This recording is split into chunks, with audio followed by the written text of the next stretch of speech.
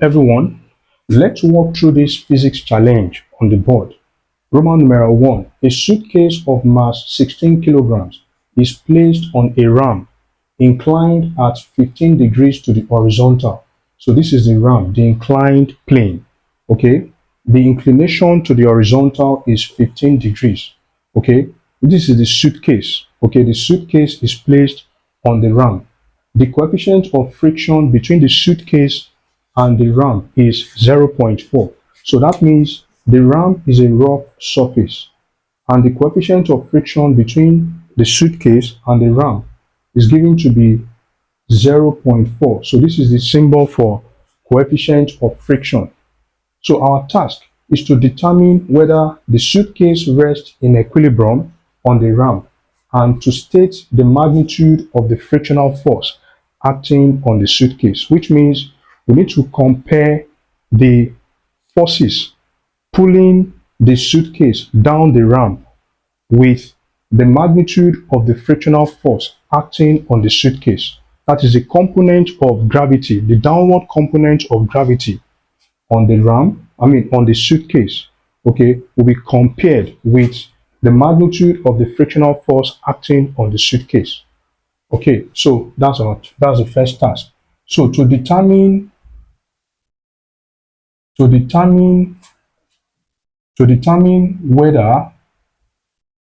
whether the suitcase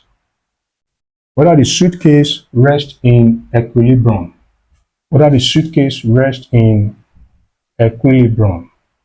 okay, on the ram. Whether the suitcase rests in equilibrium on the ram, and to also show that the magnitude of the frictional force,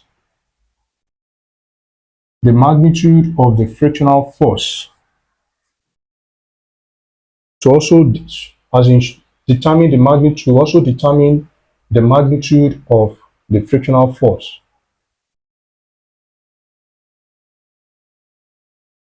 The magnitude of the frictional force. So I'm going to draw a free body diagram. That will be the first thing to do, to draw a free body diagram. So let's analyze this. So we have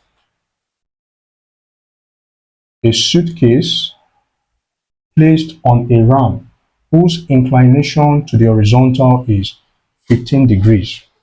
Okay, then we are given that the mass of the suitcase is 16 kilograms.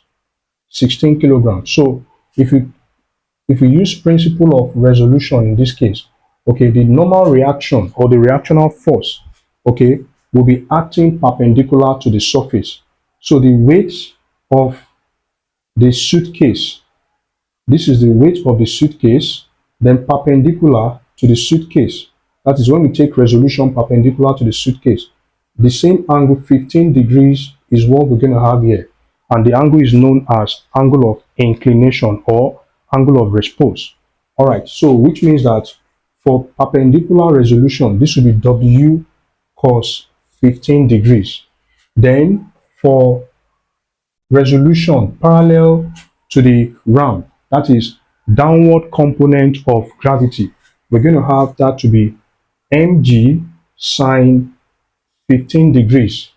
Okay, now let's not forget that in this case, when the forces, okay, pulling the suitcase down the ram is to be compared with the frictional force. That's the magnitude of the frictional force. So which means the force pulling the suitcase down the ram, okay, is what we have as the downward component of gravity. Then the frictional force will act upward in this direction. So let's say this is the frictional force. So which one of these two will give us the magnitude of the frictional force acting on the suitcase? Or we want to know whether the suitcase rests in equilibrium on the ram. So we have this to be frictional force. And for frictional force is coefficient of friction multiplied by what? The normal reaction. Okay. Now for the normal reaction, okay, when we take resolution, okay, perpendicular to the plane. So if we resolve perpendicular to the plane, that is perpendicular resolution, okay, resolve perpendicular to the ramp. So we're going to have R minus W cos 15 degrees equals to 0. That is for the system to be in equilibrium. So it means that the sum of perpendicular component of force must be equals to 0. So in this case, so R will be equals to W cos 15 degrees. Now we know that W is mg. So it means that R will be equals to mg cos 15 degrees. So which implies that R will be 16 multiplied by 9.81 cos 15 degrees. Cos 15 degrees. So let's get the value of R. 16 multiplied by 9.81, then multiply by cos 15 degrees. That will be 151.61 Newton. So this is the reactional force. Now we need to calculate the frictional force. So the frictional force is equals to coefficient of friction multiplied by the reactional force, so that we can have the frictional force to be 0.4, because coefficient of frictional force is 0.4. So we are giving that to be 0.4, then multiply by 151.61 in Newton. So let's multiply that value by 0.4. So the frictional force will be equals to 60.645 Newton. So this is the frictional force. Okay, like I said, we're going to compare the frictional force with the downward component of gravity. That is the force pulling the suitcase down the ramp. Okay, so for the force pulling the suitcase down the ramp, okay, force pulling the suitcase, okay, down the ramp, we have, let me write that to be FP, F subscript P. So, and that equals to mg sine 15 degrees. So in this case, the force will be 16 multiplied by 9.81 sine 15 degrees. Sine 15 degrees. So we have 16 multiplied by 9.81, then multiply by sine 15 degrees. So this is equals to,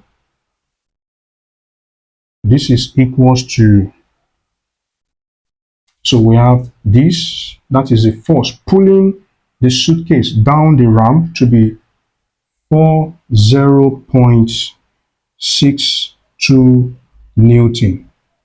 So which means that because the force pulling the force trying to, that's the force trying to pull the suitcase down the ramp is less than the frictional force acting on the ramp. So it means that the suitcase will be in what? Equilibrium. So the suitcase is in equilibrium or rest in equilibrium on the ramp because the force pulling the suitcase down the ramp is less than the frictional force. Then the magnitude of the frictional force acting on the suitcase, okay, will be equals to the force trying to pull the what? Trying to pull the suitcase down the ramp. And that will be this guy here, 40.662 Newton. So like I said, the suitcase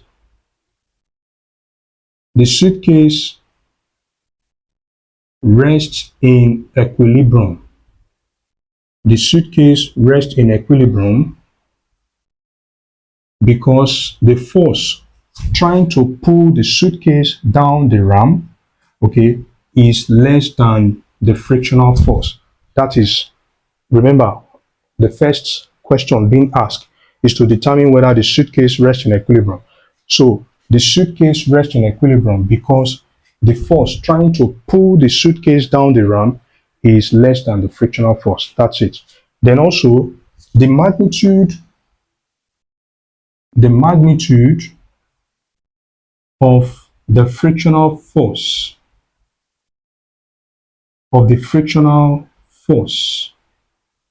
is equal to the force trying to pull the suitcase, okay, down the ramp, and the force is this guy, 40.62 Newton. 40.62 Newton. And we just answer the first question. So, and that's for first question. All right. So I'm going to wipe the board again on this side and then solve Roman numeral 2. Roman numeral 2. Okay. So now, Roman numeral 2, a person tries to push the suitcase up the ramp by applying a horizontal force. So this time, the force applied is a horizontal force. Okay, so see diagram. Show that for the suitcase to start moving, the magnitude of this force must be at least 120 Newton to the nearest Newton, which means that the horizontal force must be greater than the downward, that is the downward component of gravity, which is the force trying to pull the suitcase down the what? The ramp, and the magnitude of the maximum frictional force acting on the suitcase. Let's find out. Now, Roman numeral 2. So we want to show that for the suitcase to start moving, okay, the magnitude of the force trying to push the suitcase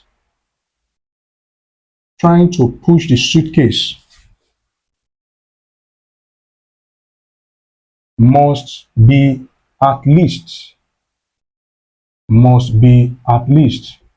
120 Newton to the nearest what? Newton.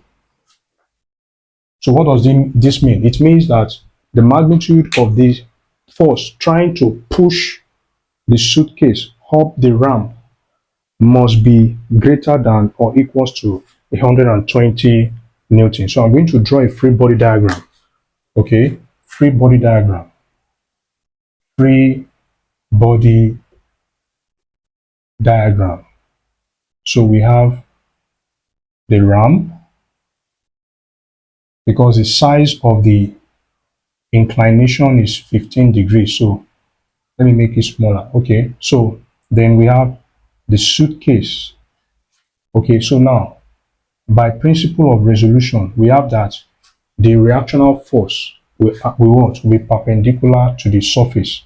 So component of force trying to pull the suitcase down the ramp will be component of the what? Downward component of gravity, which is mg sine 15 degrees. Okay, now this time it is what? The suitcase is being pushed upward. So which means at the point of moving upward, the frictional force will act downward. So the force of friction, okay, the force of friction will also act downward. That's it. So now let's not forget that we have that the weight of the suitcase is W, then the inclination to the horizontal is 15 degrees. So which means by resolving this perpendicular, we have W cos 15 degrees. So we have a horizontal force. Let P equals to the horizontal force trying to push the suitcase, okay, up the ramp or in the ramp, anyone. So now it means that in this case, this will also make an inclination of the horizontal force will make an inclination of, that is, this will make an inclination of 15 degrees. So this will be cos P cos 15 degrees. So this is the resultant. Then for the other one, it will be P sine 15 degrees. P sine 15 degrees. Nice. So that is by principle of resolution. Okay, this is, so now, so components of force parallel. Okay, components of forces,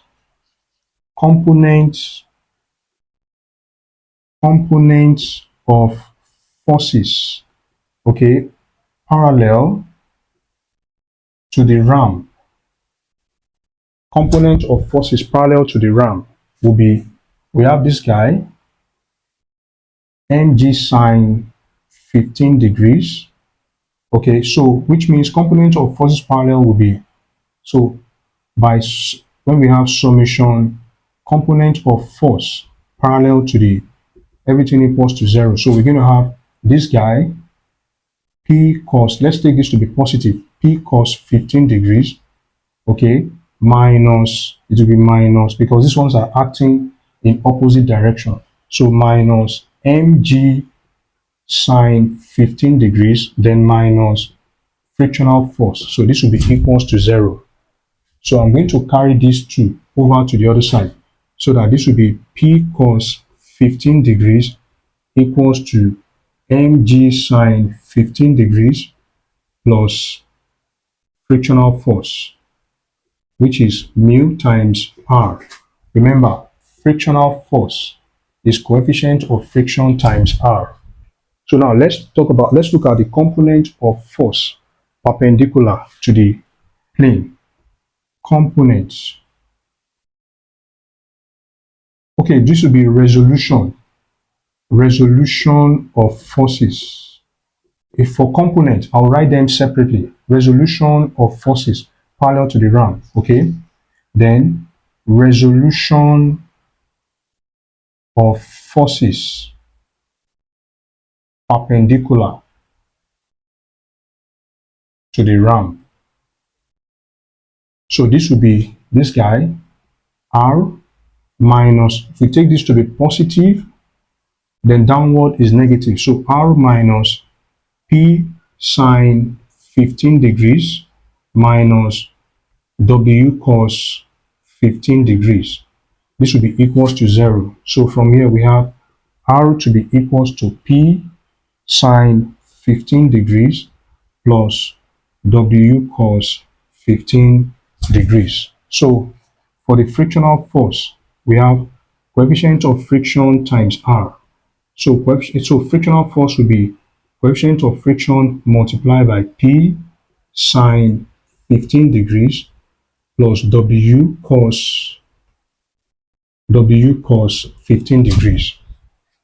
Okay, so I'm going to substitute, this is equation 1. Why this will be, so this is equation 2. This is equation 2. Why this is equation 3. So put equation 3 into equation 1.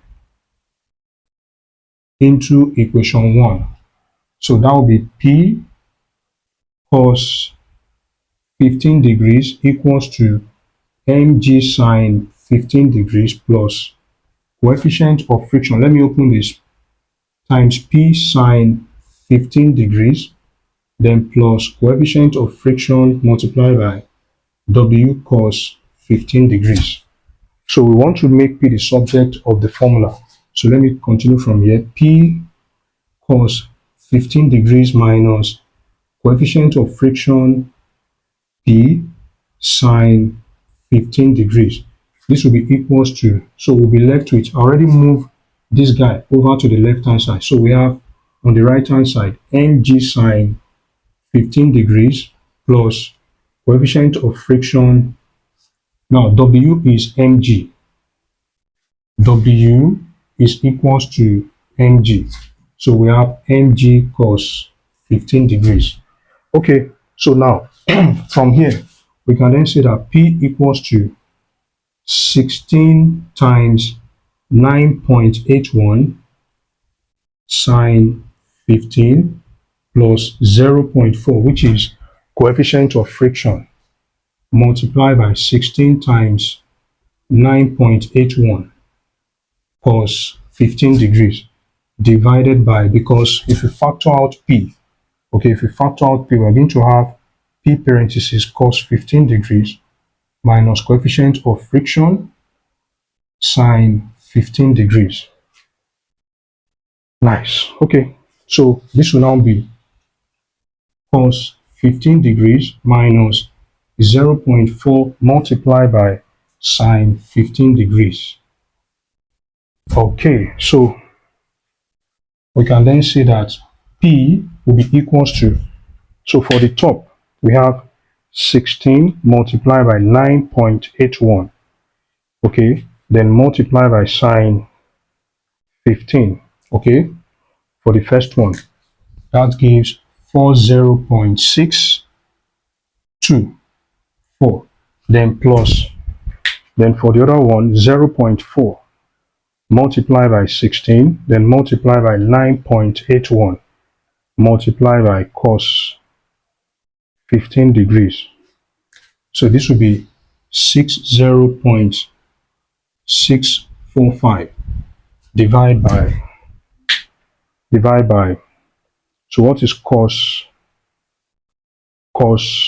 15? This guy, okay, cos 15, that's 0.9659, then minus cos 15 is 0.9659. Okay, so then we have 0.4 sine 15 degrees, and this is 0.1035. So let me add the numerator, 40.624 added to 60.645. Okay, that will be 101.269. So this other one will be 101.269 divided by, so for the denominator we have 0.9659, okay, minus 0.1035. Okay, this is 0.8624. So now, what is 101.269 divided by 0.8624? 8624. This is 117.4.